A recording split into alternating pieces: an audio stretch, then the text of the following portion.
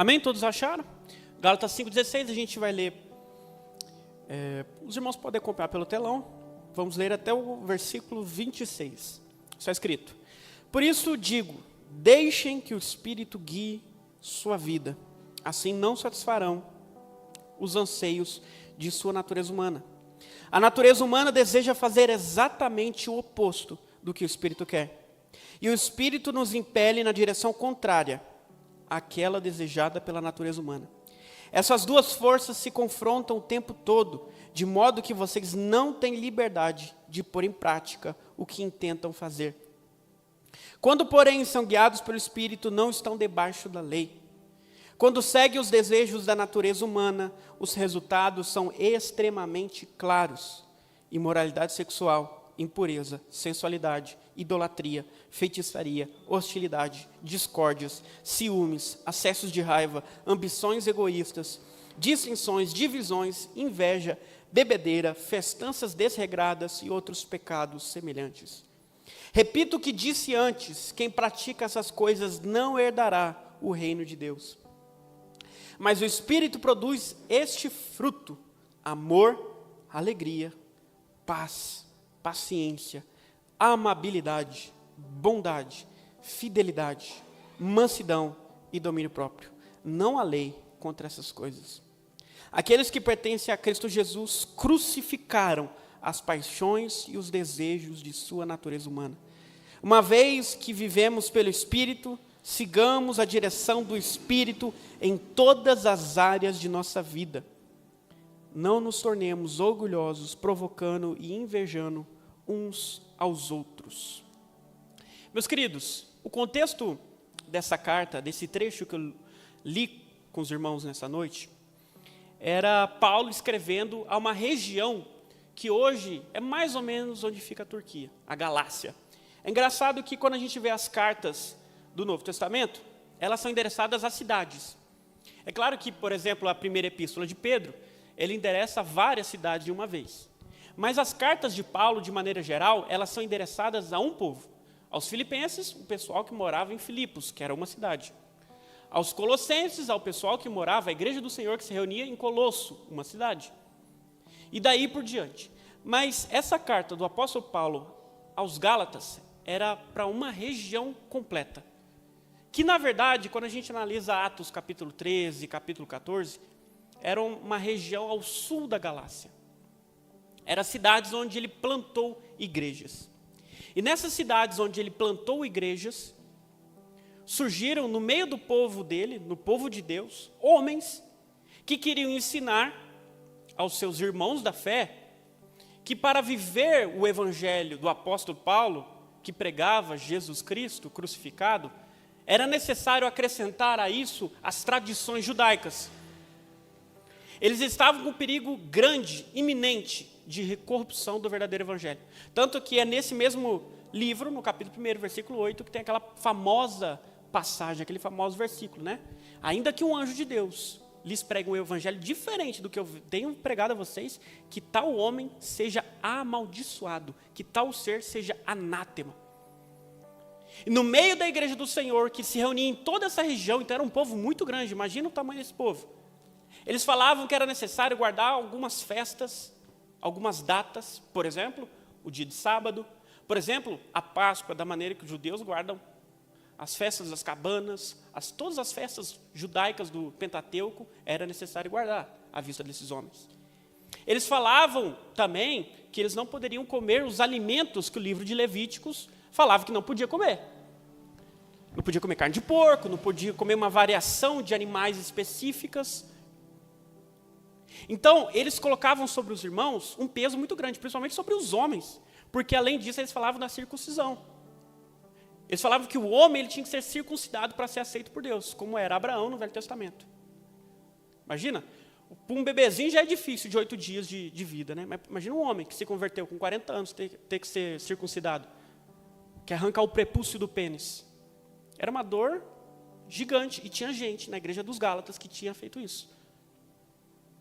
E esses homens tentavam impor essas leis religiosas, judaizantes, legalistas, no meio do povo de Deus, que já tinha recebido a graça e o Espírito Santo da verdade.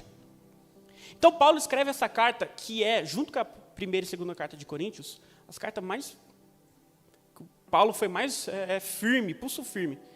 E ele tem uma frase aqui, nesse mesmo capítulo, que eu acho muito impactante. Ele fala, vamos até ler aqui, título de curiosidade. Versículo 12. Esses sujeitos que os perturbam deveriam castrar a si mesmos. Olha a linguagem que Paulo usa. Esses homens ficam falando para você circuncidar, que eles arrancassem as partes íntimas. E tem gente que acha ruim quando o pastor é grosso, né? Ó, apóstolo Paulo. A gente vê que o apóstolo Paulo era um homem que tinha postura e firmeza quando necessário. E esses homens estavam pervertendo a igreja de tal maneira que ele escreveu essa carta forte, muito forte. O pastor, nosso pastor, né? Nós, como irmãos, como líderes, também aqui em Paula Cândido, a CBPAI de maneira geral, a gente tem falado muito sobre essas pessoas que tentam judaizar o evangelho, colocando sobre a lei de Cristo, a lei do Espírito, a lei de Moisés. E como isso não faz o menor sentido, isso já foi ultrapassado. Esse contexto é muito parecido que, infelizmente, a gente vive até hoje. 2000 anos passaram, mas ainda tem pessoas que tentam viver a lei mosaica, as leis de Moisés. Tentam guardar o sábado, não pode comer alguns determinados alimentos, são contra a manifestação de Deus. Outro dia me falaram que uma pessoa que já frequentou a nossa igreja, que falar em línguas é falar língua do demônio. Que quem fala em línguas, falando de mim, inclusive, que eu estava falando a língua do demônio. Me falaram essa semana que a pessoa está falando isso. Então, são pessoas que não têm base nenhuma, vivem por um ensino ultrapassado e imaginário, que não tem na palavra de Deus. Mas aí Paulo, ele vai falar como, na verdade, o cristão ele deve viver. Que não é baseado nessa prisão da lei de Moisés, mas na liberdade do Espírito Santo de Deus. O cristão deve viver guiado pelo Espírito Santo. Ele deve viver para usufruir dessa liberdade servindo aos outros. Isso parece até um paradoxo, né? Como ser livre? Servindo o irmão. Meio doido, né? Deixa eu ler com vocês o versículo 13. Ele fala isso. Portanto, vocês, irmãos... Pode abrir o versículo 13.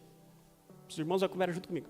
Portanto, vocês, irmãos, foram chamados para viver em liberdade. Não a usem, porém, para satisfazer sua natureza humana. Ao contrário, usem-na para servir uns aos outros em amor. Então, a verdadeira liberdade, a gente aprende nesse capítulo aqui, que é servir o irmão. Então, antes que, falando de lei, né, alguns já ficam empolgadinhos. Então não tem que seguir lei nenhuma, posso fazer o que eu quiser. Não, antes de você começar a pensar isso também não é liberdade aos olhos de Deus. Liberdade é viver baseado na lei do Espírito, baseado no guia, no paráclito de Deus, no encorajador, no consolador que habita em você desde a sua conversão. Quando você levantou a mãozinha, Jesus, se eu quero você e veio até a igreja, você não fez isso pelas suas forças. Os últimos Tadeus aí, né, que eu dei, eu falei sobre a soteriologia bíblica, a doutrina da salvação. E como do início ao fim a salvação é por Jesus Cristo. Às vezes você escuta algum pregador falando, algumas vezes ele sai sem querer, outras vezes é mal intencionado, que a gente coopera com a salvação. Não existe isso de cooperar, não. Do início ao fim é o Espírito Santo que te salva, meu irmão. A gente não consegue confessar Jesus sem a ajuda do Espírito. Ele nos leva até Jesus, que nos leva até Deus. A Bíblia diz que Ele nos convence do pecado, da justiça e do juízo. E até para você se reconhecer como pecador, você precisa da ajuda do Espírito Santo. A Bíblia diz que a gente não consegue orar. Quando a gente ora, o Espírito Santo traduz a nossa oração. E a gente não consegue viver nessa terra em santidade. É o texto que a gente leu e a gente vai entrar agora. A gente, para conseguir viver o verdadeiro evangelho e a liberdade que Cristo nos deu, não vivendo na prisão da lei, não vivendo nas doutrinas equivocadas de homens perversos, é necessário que a gente conheça e viva pelo Espírito Santo de Deus. Então, o que eu quero falar com os irmãos nessa noite é sobre uma vida guiada pelo Espírito.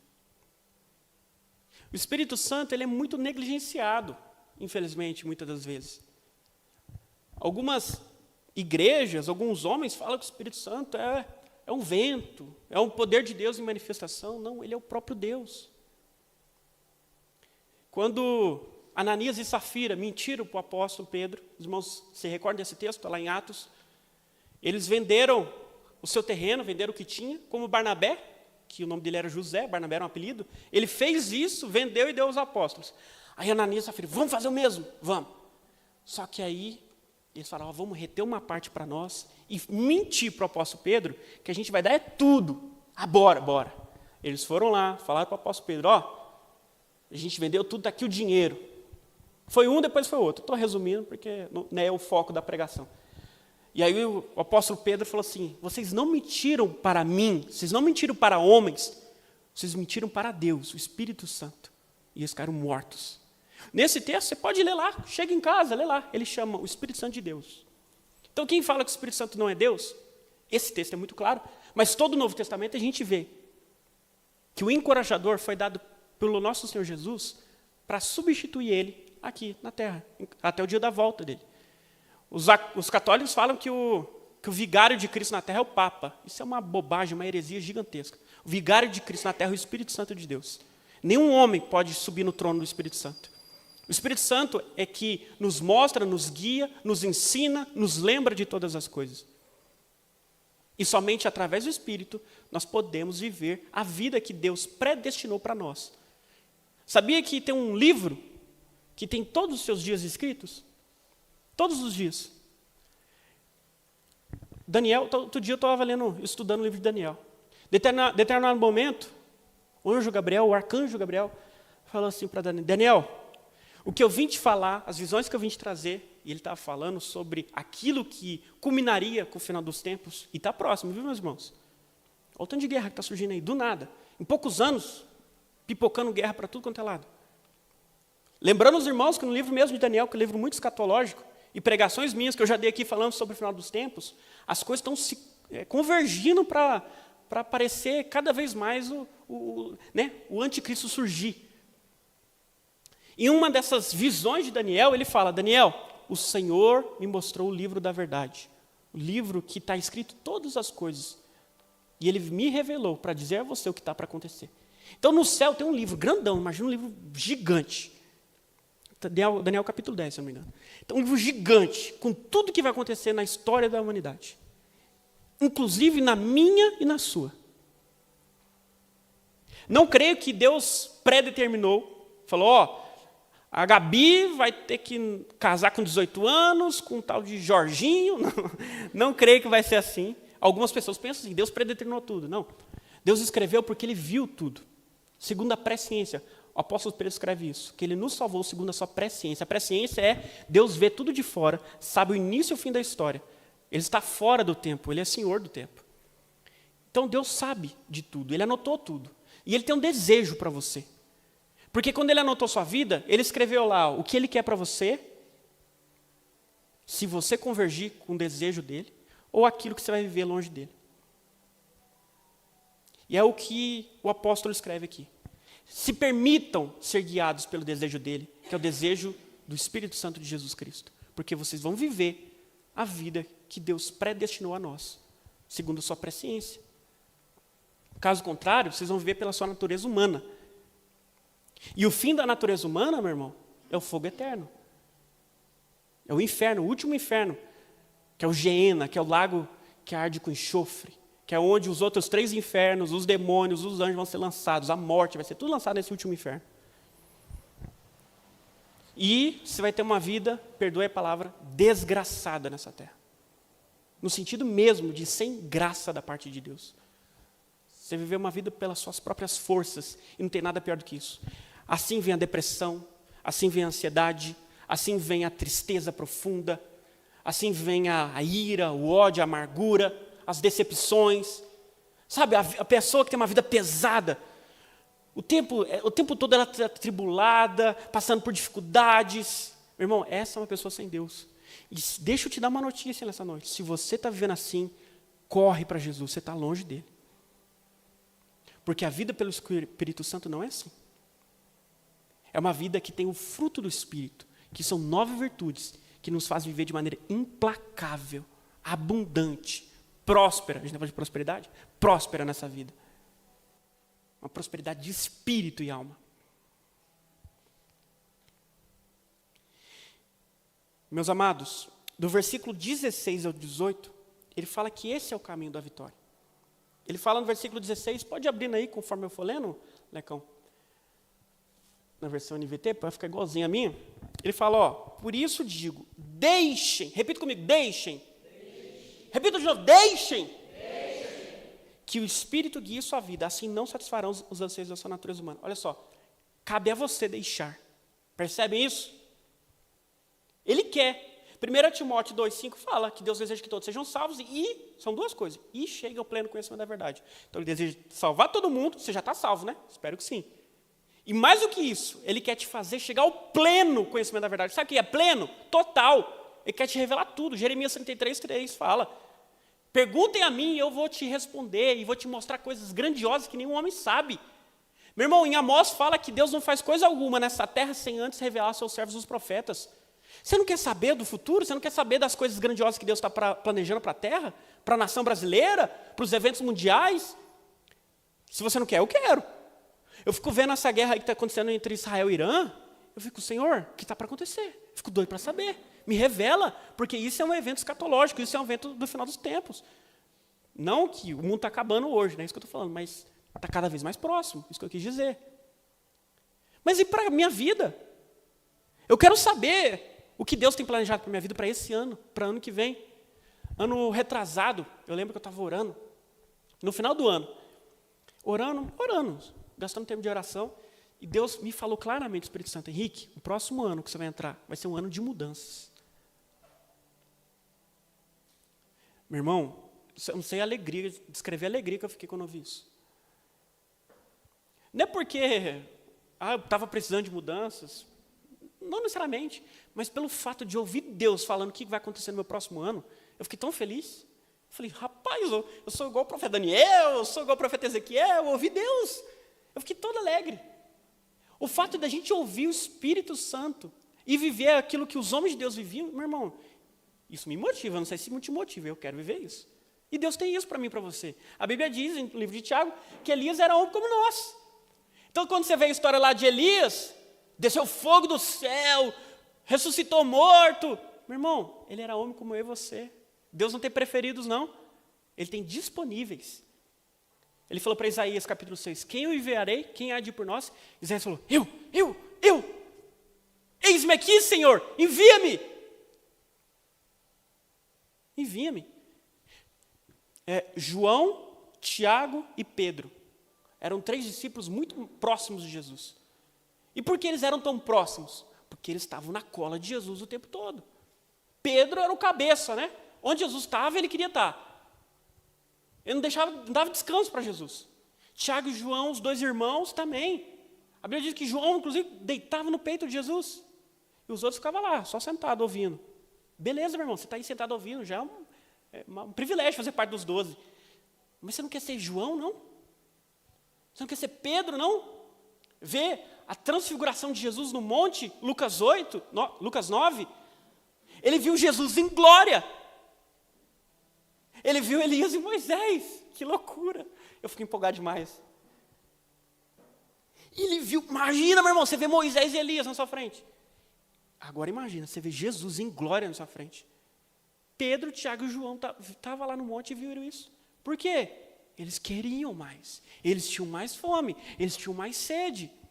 Eles permitiram serem guiados pelo Espírito para se aproximar de Jesus. Tem um coração ensinável. Repita comigo, coração ensinável. Pedro, meu irmão, Pedro foi chamado de Satanás por Jesus. Para trás de mim, Satanás. Se você fosse chamado de Satanás por um líder, se um dia você viesse falar alguma coisa comigo, eu falo, Jorge, você estava sendo boca de Satanás. Tamira, para trás de mim, Satanás. Que esse Henrique está pensando que é? O que está falando comigo? A gente ia ficar, se o pastor falasse comigo, será que eu ia ficar, ai meu Deus, me perdoa, ou eu, o que esse pastor está falando? Boca de Satanás? Eu sou servo de Jesus. Pedro ouviu da boca do Senhor dos Senhores, que estava sendo instrumento de Satanás, e ele permaneceu com Jesus. Ele permaneceu nos caminhos. Então, o segredo é ter um coração ensinável e se permitir ser guiado pelo Espírito Santo. A gente vai falar mais disso. Mas aí, olha que promessa magnífica, no versículo 16. Se você deixar o Espírito Santo guiar a sua vida, assim não satisfarão os anseios da sua natureza humana. Deixa eu deixar claro para vocês, meus irmãos, não satisfarão. A palavra no original ela é mais forte do que isso. Ela se refere a uma negação absoluta, como jamais, nunca, em hipótese alguma. Se você permitir que o Espírito Santo guie sua vida, você jamais, nunca, em hipótese alguma, será guiado pela sua natureza humana caída. Você vai ser como esses homens, esses profetas, esses valentes de Deus. É uma promessa. Decore esse texto aqui. Declare ele, meu irmão. É uma promessa. E olha que a gente vê no versículo 17. Ele fala aí o porquê andar no Espírito. Existe uma guerra em nós. Deixa eu ler para os irmãos. A natureza humana deseja fazer exatamente o oposto do que o Espírito quer. E o Espírito nos impele na direção contrária àquela desejada pela natureza humana. Essas duas forças se confrontam o tempo todo, de modo que vocês não têm liberdade de pôr em prática o que intentam fazer. Meu irmão, sua carne está em guerra contra o Espírito. Em guerra. Repitam, guerra. Rússia e Ucrânia, Irã e Israel, sabe? Paquistão e Índia, Coreia do Norte e Coreia do Sul, China e Taiwan, são guerras que estão acontecendo agora, nesse momento.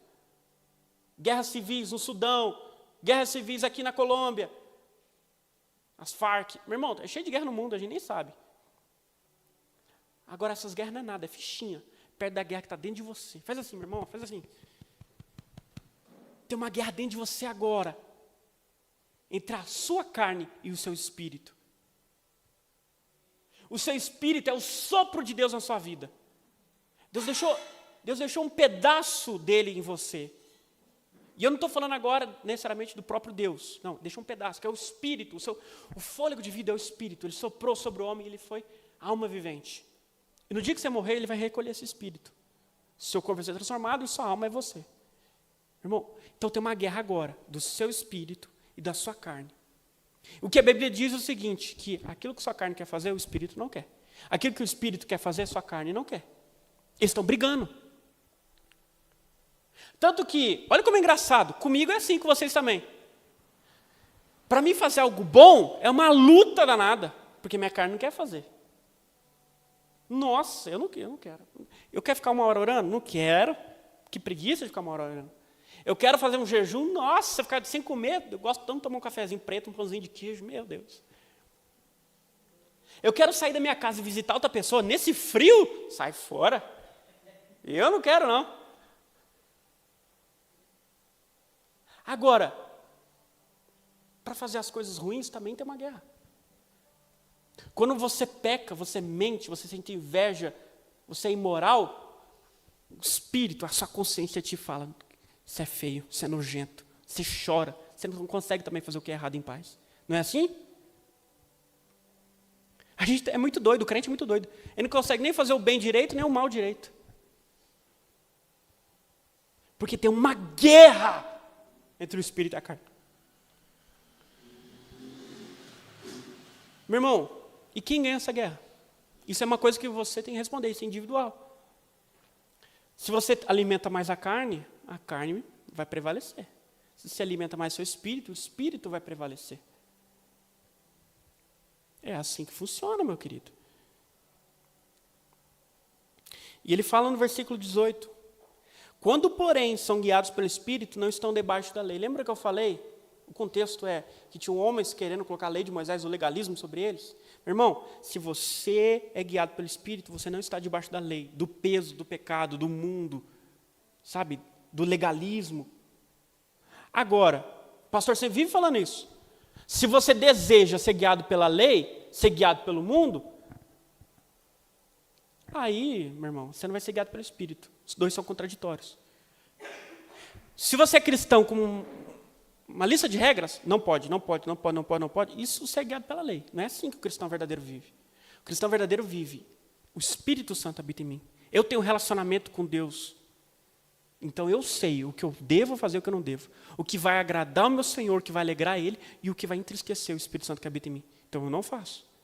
Não é uma lista de regras. Não é não, sim, não. Não é assim. Então, olha o que esse versículo diz. É impossível você conciliar viver na lei e viver no Espírito. Consegue compreender? É nesse texto mesmo que ele fala que se você tropeçar num ponto da lei, você quebra todo. Não faz sentido, meu irmão. Você está tentando guardar a lei de Moisés. Sabe o que é, gente? É que é mais fácil. Mais fácil seguir uma lista de regras, né? Do que ter um relacionamento com Deus. É igual o pessoal lá com Moisés mesmo. Moisés subiu ao monte. Deixa eu te falar, Êxodo 33. A ideia de Deus nunca foi dar uma lista de regras. Lê lá.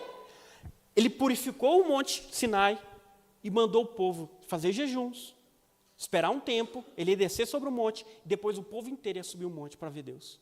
Lê lá. Só que o povo ficou com medo. E o povo falou assim, Moisés, vai você e desce lá e fala que Deus quer conosco, que a gente vai fazer. Desde o início o povo pediu uma lista de regras. Porque é muito mais fácil seguir um sim e um não do que ter um relacionamento com Deus. É muito mais fácil. Porque um relacionamento com Deus demanda sacrifício, demanda você negar a si mesmo. Seguir regras não. Não demanda, gente. Eu tenho que usar uma saia. Mas eu ainda tenho a inveja no meu coração, a vaidade no meu coração. Mesmo com saia eu tenho vaidade no meu coração. É muito mais fácil, meu irmão.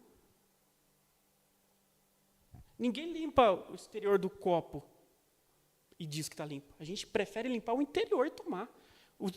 Por fora pode até sujinho. O importante é por dentro. É assim que funciona. Jesus usou essa mesma analogia junto aos discípulos. Meus amados, vejam bem, para que vocês não caiam nesse engano. E as coisas carnais, as coisas mundanas, elas são mais bonitas aos olhos da natureza humana. Não a verdade. Você vai numa igreja que não é uma igreja do Senhor Jesus. Uma igreja que você vai lá, uma igreja neopentecostal, que é o culto inteiro falando de dinheiro. Que é para você dar R$1.000, envelopinho, R$1.000, R$1.000, R$1.000, R$1.000. Quem tem fé aqui dá R$1.000, R$1.000, R$1.000. E aí quando não é isso, é endemoniado. Chega um demônio aqui, qual que é o seu nome? O que você está fazendo na vida da pessoa? Fica entrevistando, é talk show. Isso chama muito mais atenção. Tanto é que tem gente que prefere ir nesse tipo de igreja, porque é mais entretenimento, do que vir numa igreja normal, uma igreja do Senhor Jesus, que tem palavra, que tem louvor, que não é entretenimento, é culto, é adoração. Você tem que escolher, meu irmão, seguir Jesus ou seguir a sua natureza humana, que quer entretenimento, que quer prazer momentâneo, que quer, sabe, o melhor, qualidade. Nossa, meus queridos, tem gente que fala assim, termina o culto, nossa, o louvor hoje foi ruim. Nossa, falhou ali na transmissão. Pelo amor de Deus, meu irmão, isso aqui é entretenimento? Seu foco no culto, nas reuniões, é o serviço dos outros para você ou de você para Deus? A Esther falou algo que é verdadeiro, a gente tem comentado na revista. Os desigrejados dentro da igreja. Aquele pensamento de que as pessoas têm que servir a mim. No fundo é isso. Uma vez, uma irmã estava comentando conosco, que ela falou assim, está falando com Moisés. Moisés, eu quero ir para a igreja só, não quero fazer nada, só quero ir para a igreja. Aí o Moisés pegou, olhou para ela e falou assim, então você só quer ser servida, minha irmã? Ela disse assim, nossa, depois que o Moisés falou isso para mim, eu não consegui dormir direito. É literalmente isso, meu irmão. Se você só quer vir na célula e nos cultos e só receber, você é um desigrejado dentro da igreja. Você só quer ser servido. Isso não é cristianismo. Você está vivendo, entendo a analogia, na lei de Moisés. Porque é o mesmo princípio. De coração é o mesmo princípio. Você quer uma lista. Você não quer relacionamento. E aí, o que culmina? Do versículo 19 ao 21. Culmina nas obras da carne. Vamos ler aí, do 19 ao 21. Vou ler aos poucos. Primeiro, ele vai falar o seguinte. Quando seguem os desejos da natureza humana, os resultados são extremamente claros. Ou seja, a conclusão de quem vive assim. Imoralidade sexual, impureza e sexualidade. Esses 3 primeiros aqui, pecados sexuais. Quem vive pela lei, quem vive pelos seus desejos pessoais, ou seja, quem vive pela sua natureza humana, acaba pecando de maneira sexual. E pode perceber, encabeça a lista. Tem vários pecados, esse é o cabeça. E geralmente, quando tem lista de pecado na Bíblia, os pecados sexuais são sempre os primeiros. Porque eles são, de fato, daqueles mais pesados. Lá em 1 Coríntios fala que todo pecado que é feito é um pecado fora do corpo, mas os pecados sexuais é contra o corpo, que é morada do Espírito. E aí ele vai falar da imoralidade, que é você ter relações sexuais fora do casamento, a impureza, que é os desejos sexuais internos, e a sensualidade, que é os desejos sexuais de lascívia. Você se amostra, né? Você mostra o seu corpo, você quer gerar no outro a cobiça. Ou você quer a cobiça do outro, tanto ativo como passivo. A mulher se veste de maneira inadequada e quer que os homens olhem. E até o homem que quer ver, quer seguir mulher no Instagram de biquíni para ver. Isso também é lascívia. Mas a lascívia é passiva. Meu irmão, e o ser humano, o homem e a mulher, é cheio desse pecado sexual. A gente fala do homem, né? Porque o homem é mais descarado. Ele comete mais a imoralidade, o pecado para fora. Mas a mulher também peca. Eu vi uma estatística que 40, eu não lembro certinho, mas por volta de 40% das mulheres na igreja, das jovens, é uma estatística sobre jovens, das jovens na igreja, elas estão viciadas em pornografia. Não é só homem que é viciado em pornografia, não. E pornografia é pecado, masturbação é pecado. E Deus está dando tempo para você se arrepender da sua imoralidade sexual. Porque pensa uma coisa que traz a ira de Deus. Ele destruiu Sodoma e Gomorra por causa da imoralidade sexual. Homossexualismo, não é só homossexualismo não, mas é imoralidade sexual. A igreja de Tiatira, Apocalipse capítulo 2, ele matou os filhos de uma mulher e botou a mulher em cama por causa da imoralidade sexual dela. Meu irmão, não brinca com isso. E aí ele vai seguir os pecados da religião, idolatria e feitiçaria. Você tem adorado falsos ídolos? Ou você tem adorado o Deus verdadeiro, criando uma imagem falsa dele? Eu já falei isso, na minha última pregação citei esse exemplo, eu vou passar rapidamente. Meu irmão, se você tem uma imagem de Deus que não condiz com o Deus verdadeiro, você está criando uma estátua dele. Porque a gente pensa que idolatria é uma estátua de gesso aqui. Eu vou ajoelhar, adorando aqui um Zeus, sabe, uma imaculada. Isso é idolatria também. Mas quando você cria uma imagem falsa do Deus verdadeiro, isso também é idolatria. Você não conhece Deus e adora um Deus que na verdade é você mesmo, com os princípios seus e não dele. Isso é idolatria. Você tem que conhecer Deus para falar que ama e teme e serve Ele de verdade. Enquanto você, deixa eu te falar isso, enquanto você não lê a Bíblia toda, meu irmão, você não tem que dizer que conhece Deus, não. É inadmissível, eu fico indignado com isso. É inadmissível o cara que diz que é crente e nunca leu a Bíblia toda. Pelo menos o Novo Testamento. É inadmissível, meu irmão. Se é um cristão verdadeiro, meu irmão, leia o Novo Testamento. No mínimo. No mínimo. Porque como você vai dizer que segue um Deus que você nem conhece? Ele se revela através das Escrituras. Meu irmão, você está vivendo por aquilo que outras pessoas dizem. Tudo que você sabe de Jesus é porque o pregador diz. Que você viu no Instagram, no YouTube, no TikTok. Não é porque você leu, não. Você bebeu da fonte. Alguém está bebendo da fonte, está jogando gotas na sua boca e você, que delícia. Vigia, meu irmão. Aí ele vai dizer aí alguns pecados, né? Idolatria e tem feitiçaria também. A feitiçaria, um pequeno comentário. A palavra original de feitiçaria é fármacos, que é droga. Na época de Paulo, os feiticeiros usavam drogas, né? Para ficar doidão e dava para o povo ficar doidão. Então a feitiçaria tem, né, a ver com a macumbaria, voodoo, mas também o fato de usar drogas, biblicamente está interligado com a feitiçaria. Porque você está tentando sair desse plano terreno. Isso é feitiçaria. Veja bem, pecados de relacionamento, ele vai falar, esse é o que tem mais, reparei, são 8. Está abrindo aí, né, comigo? Acompanhem comigo aí, são 8. Depois da feitiçaria, ele fala, e hostilidade. Vou ler aos poucos, hostilidade. Você é hostil, meu irmão? Tem gente que, bom dia o quê?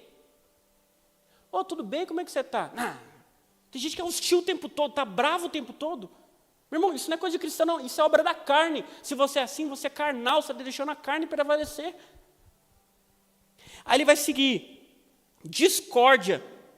Está sempre debatendo, brigando. Você é assim, você gosta de uma briga. Meu irmão, eu sou assim, minha natureza humana é assim. Se eu deixar, eu gosto de uma briga. Eu gosto de brigar. Então eu tenho que me controlar muito para não brigar. Tem gente que gosta de briga, eu entendo. É ruim, é terrível. É loucura. Eu vou dizer que é loucura. É loucura você preferir guerra do que paz. Tem gente que é assim. Eu sou assim na minha essência. Não seja assim, meu irmão. Isso é loucura, isso é tolice. Olha lá. Ciúmes. Ciúme é pecado, viu? Irmãs. Principalmente irmãs. Ciúme é pecado. Pecado. É obra da carne. Acessos de raiva. Tem gente que, olha só, sentir raiva, sentir ira não é pecado. O que é pecado é deixar essa raiva sair e extravasar. Tá bom, meus irmãos? A Bíblia diz que se você tiver ira, não deixe que essa ira se permaneça com você até o pôr do sol. Está lá em Efésios. Então, sentir não é nada de errado. Jesus sentiu raiva. Pode ver lá. Lê o contexto dele curando Lázaro, ressuscitando Lázaro. Ele curou Lázaro com raiva. Está lá, indignado orou. Jesus mandou Lázaro ressuscitar bravo com a falta de fé do povo.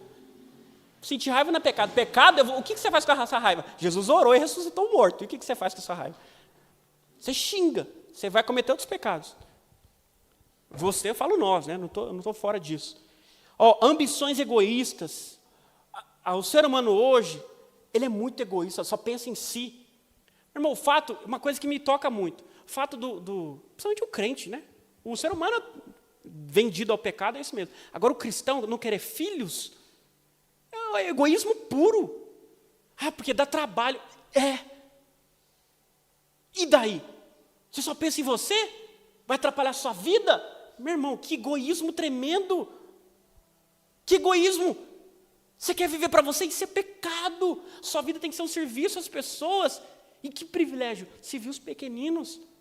Os seus pequeninos, que loucura, você não quer isso? Mas não é só isso não. Eu tenho minhas metas, eu quero trabalhar, eu quero estudar, eu quero fazer isso, eu quero viajar. Legal, não tem problema nenhum. Mas suas únicas metas de vida é só você para você mesmo? Meu irmão, tem alguma coisa errada nisso aí. Cadê a sua meta de ajudar o próximo? A minha esposa, ela tem uma coisa que é linda. Ela fala assim, Henrique, um dia eu quero dar uma oferta de R$1.000 ao dirigente da minha igreja, lá da Assembleia, lá de São Luís. Porque ele me ajudou muito, ele era um senhor muito simples e tal. Eu acho isso muito bonito quando o senhor fala isso para mim. Eu falei, amém, um dia Deus vai dar essa capacidade de a gente abençoar a vida dele. Eu acho isso muito bonito. Ela tem uma meta de dar um dinheiro grande para alguém que abençoa ela. Isso é legal. Veja, segue aí, dissensões, divisões, cismar a igreja, não só a igreja, mas a sua família. Sabe, criar facções, grupos. Vigia com isso, viu, meu irmão? As rebeliões na igreja começam com grupos. Tudo bem você ter pessoas mais chegadas, não tem problema nenhum. Agora, você fazer disso um grupo separado, você não ter relacionamento com outras pessoas na igreja, pelo contrário, a partir disso, você começar a falar mal dos outros, isso é pecado. É o pecado da divisão, o pecado da maledicência, quer falar mal. E aí tem outro pecado da fofoca, quer falar da vida dos outros. Mas né, hoje a gente não vai falar disso. Seguindo aí, inveja. É o último, né? Inveja, que é você querer o que é do outro. Agora são os pecados de falta de domínio. Bebedeiras, festanças desregradas. Beber, sabe? Encher a cara, festança, comer demais. Não ter hora para acabar. Eu já falei disso aqui em outras oportunidades. A pessoa começa a ver um filme, eu já fiz isso. Eu acho que alguns aqui já fizeram. Você começa a ver um filme, uma série. Aí passa o dia inteiro vendo a série. Não, você fala de equilíbrio. Isso é de maneira análoga, uma festança desregrada. Você está fazendo algo que não é necessariamente errado, mas de maneira desregrada. O cristão deve ser conhecido pela sua modéstia. A gente falou disso, inclusive, há 2 semanas atrás. Veja, os pecados de domínio encerram essa lista de pecados. E ele fala no versículo 21 que quem faz essas coisas, versículo 21, abre aí, repito o que disse antes, quem pratica essas coisas não herdará o reino de Deus. Leiam comigo, não herdará o reino de Deus. Se eu fui falando e você fala, rapaz, eu faço isso. Irmão, vigia, arrependa-se. Se Jesus voltar hoje, você vai herdar o reino de Deus? Tá, essas são as obras da carne. Agora, e o Espírito? Se eu andar pela carne, eu vou viver assim. Agora, se eu andar pelo Espírito, como que eu vivo? Do versículo 22 ao 24. Ele vai dizer, mas o Espírito produz esse fruto. Amor, alegria, paz, paciência, amabilidade, bondade, fidelidade, mansidão, domínio próprio. Não há lei contra essas coisas. Meu irmão, essa é uma oração que eu faço desde adolescente. Eu decorei essas 9 virtudes e eu orava, principalmente quando era adolescente, eu orava sem cessar. E hoje ainda continuo orando, mas quando eu era adolescente eu era maluco, eu orava muito sobre isso. Pedindo essas 9 virtudes na minha vida. Todos os dias. Impressionante como Deus me mudou. Se você pedir, Deus vai te dar, meu irmão. Deus vai te dar. E aí vamos analisar o que é o Espírito produz. O fruto, repito, não, repito é o fruto, não são frutos, tá bom? É um fruto com 9 virtudes. É como uma mexerica. Você abre ela assim, é um fruto só, mas tem vários gominhos. O fruto do Espírito é assim. Isso significa o quê? Tem algumas interpretações. A minha interpretação é que é impossível você ser muito bom em um e nos outros você não ser bom. Você já viu uma mexerica que tem um gombo só e o resto está morto? Eu nunca vi isso. Não sei se isso é possível. O fruto, ele é completo. Ele tem tudo. Se eu falar aqui de virtude, você fala, nisso eu sou bom, mas nisso eu não sou, meu irmão, sinto muito. O que você tem não é uma virtude do Espírito, é uma virtude de disciplina pessoal e humana. Eu ajudo os outros. Mas aí você não tem domínio próprio, você não tem, alegria, você não tem paz. Isso é só uma disciplina pessoal sua, não é o fruto do Espírito. Se você tem fruto do Espírito, você tem tudo. Isso vem com o relacionamento com o Espírito Santo. Vamos ver, primeiro, amor. Amor, a palavra no original grego aqui é ágape, que é literalmente amor sacrificial incondicional. Meu irmão, isso aqui é o amor de Deus. Jesus tem um amor ágape. Ele se doou fisicamente, corporeamente, para mim e para você. Ele doou toda a vida dele, o tempo dele. Ele estava lá no alto e sublime trono. Ele desceu à terra, se humilhou por mim e por você. Isso é o amor sacrificial que a gente deve ter pelas pessoas. Inclusive por aqueles que não merecem. Afinal de contas, Jesus morreu por você e por mim, miseráveis pecadores. Sim ou não? Então, nós devemos amor. Deixa eu te falar, meu irmão, você deve amor. A gente vive numa geração que todo mundo me deve. As mulheres falam, os homens me devem. Os homens falam, as mulheres me devem, o governo me deve, os ricos me devem, os pobres me devem. Meu irmão, ninguém te deve nada. Pelo contrário, você deve tudo a todos. Você deve amor às pessoas. E um amor sacrificial. A gente vai ver que todas as virtudes do Espírito, de alguma maneira, elas se interligam. E o amor é o principal. Ele interliga todas. É o elo perfeito, segundo Colossenses capítulo 3. Vamos ver aí, o segundo, alegria. A palavra no original é chará.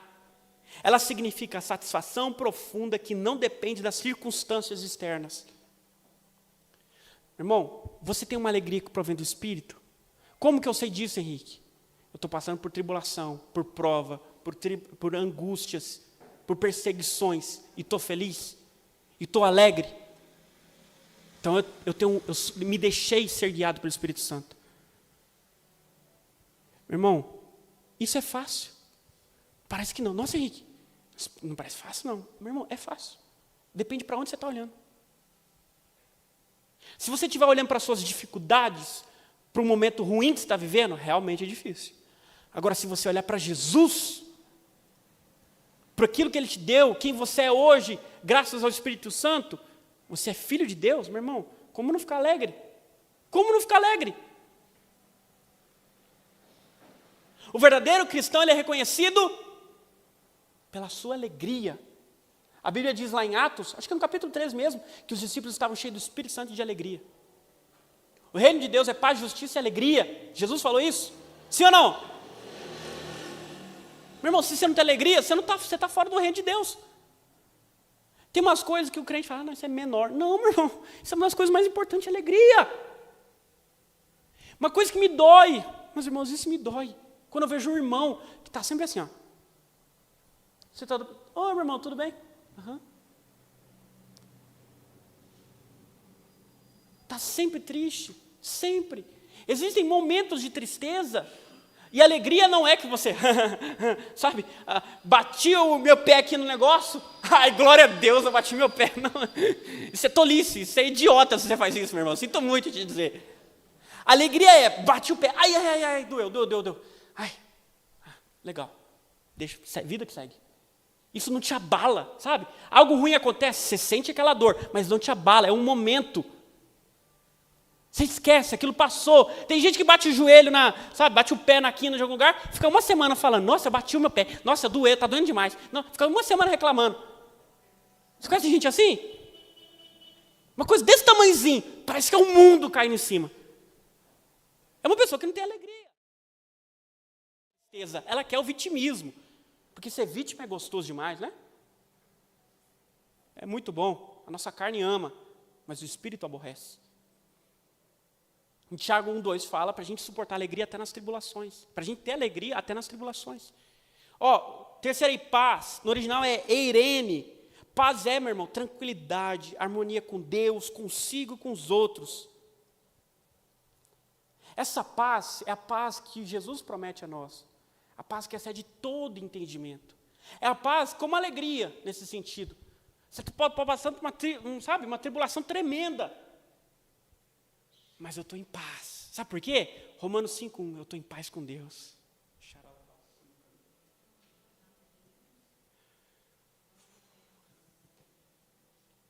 Meu irmão, eu lembro um dia que eu estava assim, eu estava num carro. Aí, de repente, eu olhei passando o carro assim, sabe? Olhando pela janela, as coisas passando do meu lado. Eu respirei fundo, fiz assim. E eu falei, eu tenho paz com Deus. Eu lembro disso até hoje. Isso me fere profundamente. Porque não tem nada pior do que você estar em pecado, meu irmão. Não tem nada pior do que você estar nas algemas de Satanás. O fato de você ter paz com Deus te leva a ter paz em todas as áreas da sua vida. Se Deus te livrou das piores de todas as desgraças, que é o pecado e a morte, o que é uma tribulação no trabalho? O que é uma briga familiar? O que é a falta de dinheiro? Meu irmão, isso não é nada. O cristão verdadeiro que se deixa ser guiado pelo Espírito de Jesus Cristo, ele tem paz em todas as circunstâncias, ele não se desespera, ele é inabalável. Ele sente o baque na primeira situação, na primeira hora, beleza. Mas depois ele se levanta, como Davi em Ziclag. Ele voltou da guerra que ele nem conseguiu ir. Quando ele chegou na cidade onde ele morava junto com os seus soldados, a cidade tinha sido devastada. A Bíblia diz que Davi chorou até não ter mais forças. Mas aí, depois de chorar, a Bíblia diz que ele se fortaleceu no Senhor. Ele orou a Deus, consultou o Senhor, pegou sua espada e foi à luta. Matou todos os ímpios e recuperou suas esposas, seus filhos e seus bens. Isso é um homem de Deus. Isso é uma mulher de Deus. Você pode chorar, você pode sentir tristeza. Mas aí você ora, entrega para Deus, pega a sua espada e vai à luta, meu irmão. Para de ficar se lamuriando. Deus é contigo. Deus é contigo. Aí ele vai falar aí da paciência. No original grego, é um palavrão aqui, é macrotomia. Não sei nem pronunciar esse negócio. Mas a paciência é muito fácil de entender, né? É a capacidade de suportar provações, sofrimentos, injustiças, sem perder o controle e a esperança. É conseguir esperar. Paciência é conseguir esperar. Hoje a gente está viciado no TikTok, Instagram, não sei o quê, todas as redes sociais possíveis aí. Antes, a gente ia no banheiro e ficava lá, né, fazendo nossas necessidades. Agora a gente não consegue ir para o banheiro sem o celular. A sociedade é essa hoje. Não consegue, uma fila. Pode ver uma fila de banco aí, se não for idoso, né, que idoso não mexe no celular. Mas se for gente aí de 50 anos para baixo, está lá, todo mundo com o celularzinho na mão. Assim. O ser humano hoje não aguenta mais o tédio. Não existe tédio. Não consegue esperar, não tem paciência. Meu irmão, nessas pequenas coisas a gente não tem paciência, e nas grandes. Eu lembro um dia, quando eu falo de paciência, eu lembro disso. Eu era criança, e aí era dia das crianças na escola. E a gente ia ser liberado mais cedo. A aula começava às 1h, e nesse dia terminava às 3h, se eu não me engano. Eu lembro que o meu irmão me levou para a escola. 1h me levou.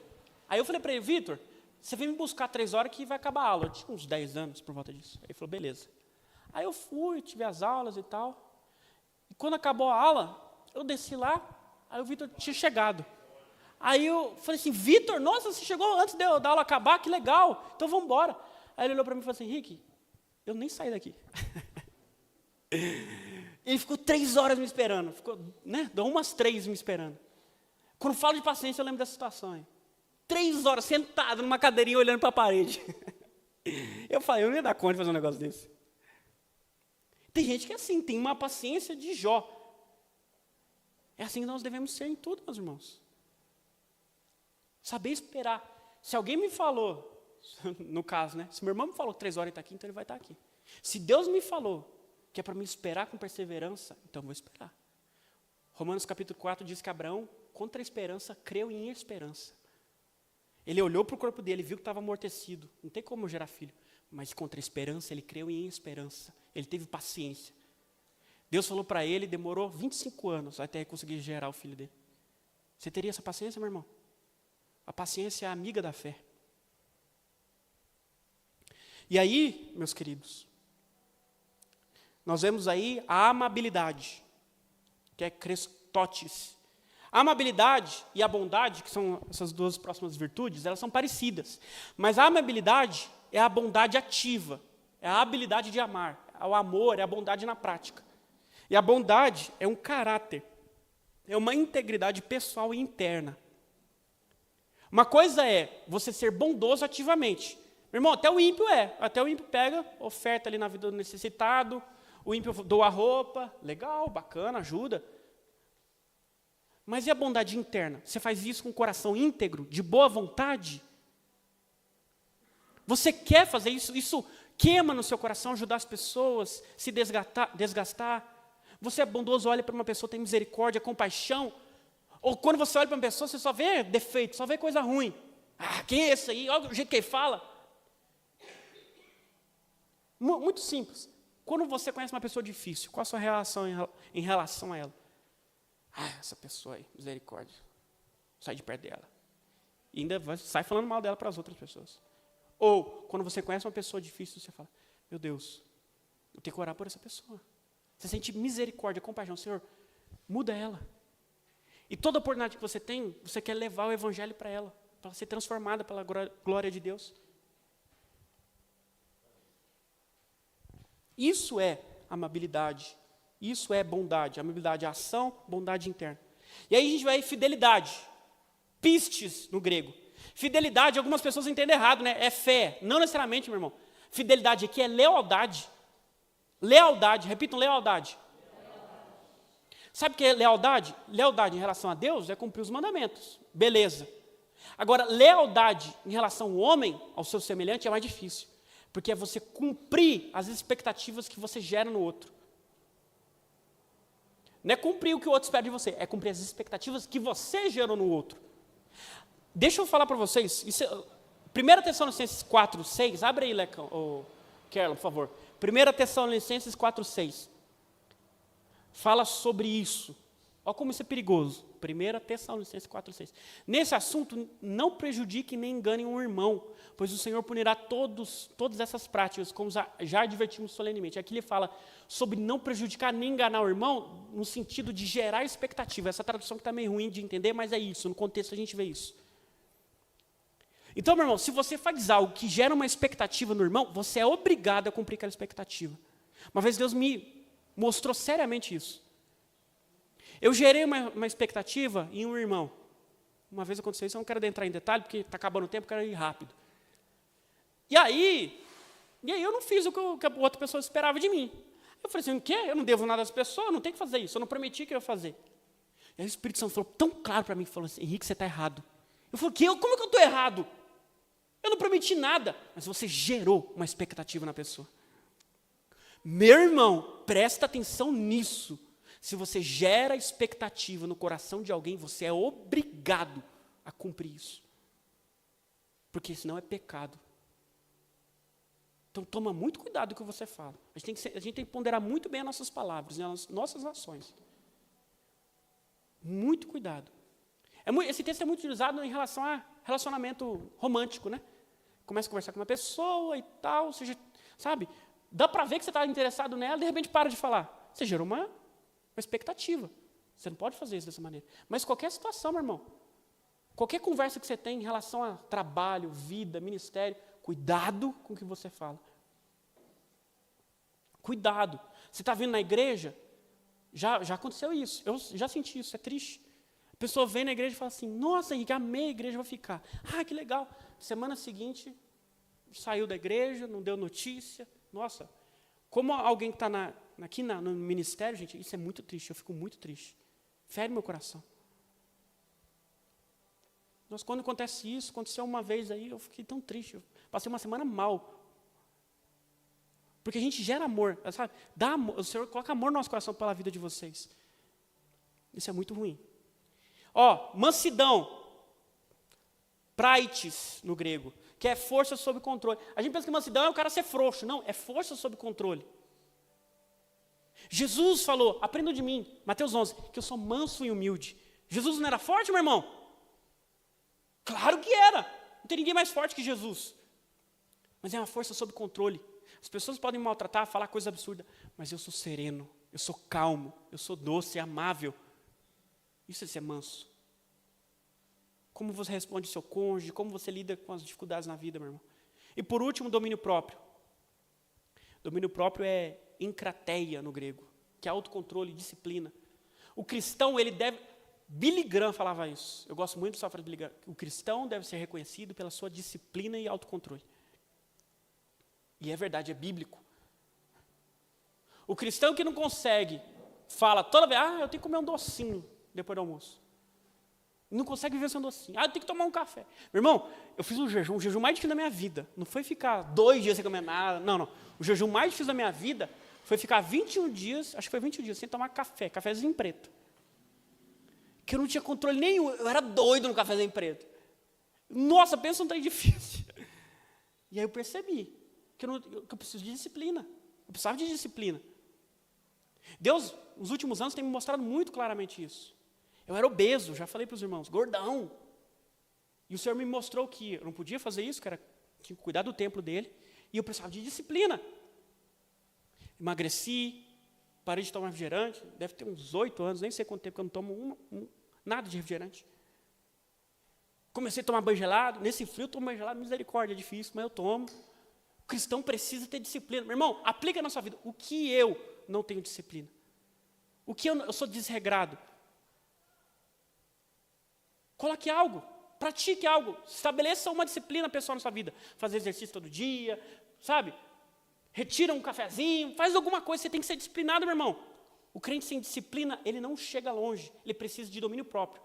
Porque se nas pequenas coisas você não é disciplinada, quando vier o pecado bater na porta, Gênesis capítulo 4, Deus falou para Caim, o pecado bate a porta, compete a ti dominá-lo.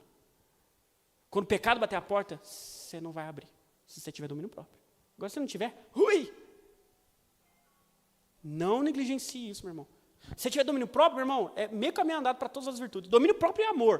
Para mim, são os principais que você ter, viu? Porque o resto você vem a reboque. Agora, para finalizar, tá bom, já estou finalizando, tem gente que está dormindo já. Para finalizar, do versículo 25 a 26, ele fala, como viver no Espírito. A gente entendeu que a gente precisa ser guiado no Espírito. A gente viu que quem não vive pelo Espírito, vive pela carne. E quais são as obras da carne? E quem vive pelo Espírito, qual é o fruto do Espírito? É isso que a gente está falando aqui. Agora, como que eu faço isso, Henrique? Você falou um monte de coisa aí, mas eu não quero viver pela carne. Eu não quero ser guiado pela minha natureza humana. Eu quero ser guiado pelo Espírito. Como que eu faço isso, Henrique? Olha o que a Bíblia diz. Ela fala no versículo 25 aí, 24. Aqueles que pertencem a Cristo Jesus crucificaram as paixões e os desejos da sua natureza humana. Uma vez que vivemos pelo Espírito, sigamos a direção do Espírito em todas as áreas da nossa vida. Não nos tornemos orgulhosos, provocando e invejando uns aos outros. Nós devemos, meus irmãos, seguir a direção do Espírito. E como o Espírito fala conosco? Ele fala com você, meu irmão. Ele fala com você de 2 maneiras. Primeira, oração e meditação. Você tem orado? E se você tem orado, você tem meditado? Primeiro que, infelizmente, o crente não ora muito, né? É uma vergonha, meu irmão. O islâmico ora, sei lá, 6 vezes por dia. O judeu ora 3. Tem religião lá na Ásia que os caras oram 12 vezes por dia. Um monte de vezes, não sei quantas. O crente não ora para dormir. Obrigado, Jesus, por esse dia, amém. Não ora nem para comer. Obrigado, Jesus, por receber isso. Nem isso. Agora, o cristão deve orar o tempo todo, o dia inteiro, e gastar momentos específicos de oração. Você precisa de gastar tempo de oração, meu irmão. Os homens que são guiados pelo Espírito Santo, grandes homens, John Wesley, passava, não sei se era 4 ou 6 horas orando todo dia. Esses homens são usados com poder e graça, oram muito.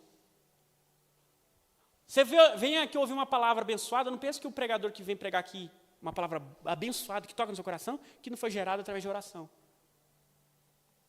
Tudo que provém do Espírito vem através da oração. Nada que provém do Espírito vem sem oração. Irmão, Jesus orava muito. A Bíblia diz que passava madrugadas inteiras orando. Você é maior e melhor que Jesus, meu irmão? Como você quer viver? A gente fala, né? Eu quero fazer as mesmas coisas que Jesus ou maiores. Mas você não faz o mesmo que Jesus, nem no mínimo mesmo. A gente faria coisas maiores que Jesus, mas não melhores. A gente não é melhor do que Jesus de maneira alguma. A gente se porta assim. A gente não quer orar. Quer os benefícios de quem vive orando. E aí, meu irmão, você medita. Porque não é só falar, é ouvir. Meditar é fazer um silêncio e ruminar a resposta do Espírito. O Espírito Santo fala conosco. Se você calar a boca. A gente quer falar. Jesus precisa disso. Jesus está acontecendo isso. Mas quando você parou, ficou em silêncio e tentou ouvir o Espírito Santo. Quando a Bíblia diz que Jesus passava madrugada inteira orando, você acha que ele passava 8 horas seguidas só falando, sem parar? É humanamente impossível. Você consegue ficar falando sem parar? 1 hora. Se você tiver preparo com alguém que é um orador, um professor, eu pesquisei, você consegue falar de 2 a 4 horas. Mas é o teto. Do homem, do ser humano é o teto, 4 horas falando. Então Jesus tinha pausas, com certeza, ele tinha pausas, ouvindo o Espírito Santo, sendo guiado pelo Espírito Santo. Os homens de Deus são guiados pelo Espírito Santo, ouvindo ele. E é nesses momentos, meu irmão, que ele vai te falar. É nesses momentos que ele vai te mostrar quem você é, onde você tem errado. Henrique, você falou um monte de coisa aí, mais ou menos eu entendi onde eu tenho errado, onde eu tenho que melhorar. Mas, meu irmão, se você quer entender realmente quem você é, e melhor, quem Deus é, ore e medite. Ore e espere uma resposta, Ele vai te responder. Ele vai te responder. Meu irmão, olha só o que está escrito em Mateus 7. Abre, Carlos, por gentileza, Mateus 7, 7 e 8. Eu vou ler o 7 e depois vou ler o 8. Peçam e receberão. Procure e encontrarão. Batam e as portas lhes será aberta. Versículo 8. Pois todos que pedem, recebem. Todos que procuram, encontram. E para todos que batem, a porta é aberta. Jesus prometeu isso. Jesus não fala comigo. O Espírito Santo não fala comigo. Jesus mentiu? Ou é você que não tem orado? Ou é você que não tem meditado o suficiente? Henrique, orei 30 minutos e Deus não falou comigo. Beleza, pode não ter falado hoje. Mas ora mais 30 amanhã. Ora mais 30 depois de amanhã. Quando você orar 30 minutos todos os dias da sua vida, eu te garanto que o Espírito Santo vai falar com você. Aí depois você vai querer orar 1 hora. Depois você vai querer orar 2 horas. Depois você vai querer ficar doido orando o dia inteiro. Aí não. Aí também não. E segundo, esse é o primeiro. Orar e meditar, que você vai deixar o Espírito Santo guiar a sua vida. Ele vai falar com você. Você vai estar andando na rua e o Espírito Santo vai falar com você. E segundo, que é muito óbvio, conhecer a palavra. Leitura bíblica. Porque lá em João 14, 26, abre aí, Carla. Jesus falou que o Espírito Santo, o Paráclito que ele enviaria, ele nos ensinaria e nos faria lembrar. Olha aí, ó. Mas quando o Pai enviar o encorajador, o Consolador, o Espírito Santo, como meu representante, ele lhes ensinará todas as coisas e fará lembrar tudo que eu lhes disse. Meu irmão, o que o Espírito Santo vai te lembrar se você não tem o que lembrar? Você não lê a Bíblia, vai lembrar do quê de você? Se você não tem a base das Escrituras, o que ele vai te ensinar? Você precisa conhecer a Bíblia. Só assim o Espírito Santo vai ser guiado por você. Meu irmão, faça um desafio. Antes de você ir para o trabalho, ore e lê a Bíblia. Você vai ver na prática, no seu serviço e durante todo o seu dia, os frutos do Espírito em operação. Quando a gente vai para o trabalho, um exemplo só, tá bom, meu irmão? Você vai para o trabalho sem orar e ler a Bíblia. A pessoa começa a te perseguir, falar mal de você, você fica com raiva, você responde de maneira grosseira. Agora, quando você ora e lê a Bíblia antes de ir para o trabalho, por exemplo, você suporta a tribulação, você tem paz, alegria, você devolve em amor, todos os frutos do Espírito em operação. Não só no trabalho, na família, no cotidiano. Façam isso. E todos nós, você e eu, viveremos uma vida pelo Espírito. Amém, meus irmãos? Amém. Se coloquem de pé, vamos orar.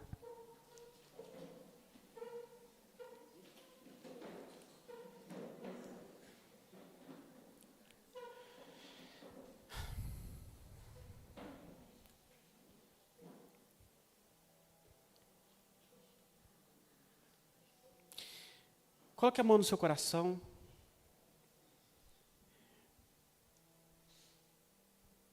Meu irmão, se você deseja ter uma vida que é guiada pelo Espírito Santo de Deus, ore com sinceridade agora, peça para Ele. Eu vou puxar a oração, mas eu quero que você, de maneira pessoal, fale com Ele. Peça ajuda, meu irmão, o Espírito Santo está aqui. Ele está aqui, Ele está dentro de você. Ele escuta a sua oração, Ele vê suas dificuldades, Ele vê o que você passa. Ele te ama. E Ele quer te livrar de todo o tormento, de toda dificuldade, de toda obra da carne. Tudo aquilo que te paralisa, toda operação do inimigo, toda operação do mundo, da carne, da lei. Ele quer te livrar disso, meu irmão. Peça a Ele. Espírito Santo de Deus,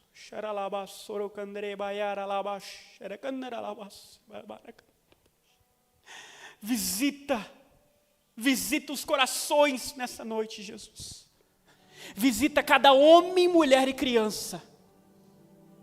Derrama sobre eles, Pai, o fruto do Espírito em suas 9 virtudes. Ó Espírito Santo de Deus, não queremos ser guiados pela nossa natureza humana caída. Te pedimos perdão, Jesus. Perdão, Pai, porque nós temos alimentado a nossa carne. Temos esquecido do Senhor, o Consolador, o Encorajador, o Vigário de Deus. Obrigado, Espírito Santo, porque nos piores dias o Senhor está lá. Obrigado, Espírito Santo, porque o Senhor deseja derramar sobre nós plenitude de vida. Retirar de nós todo o mal, tudo aquilo que é ruim.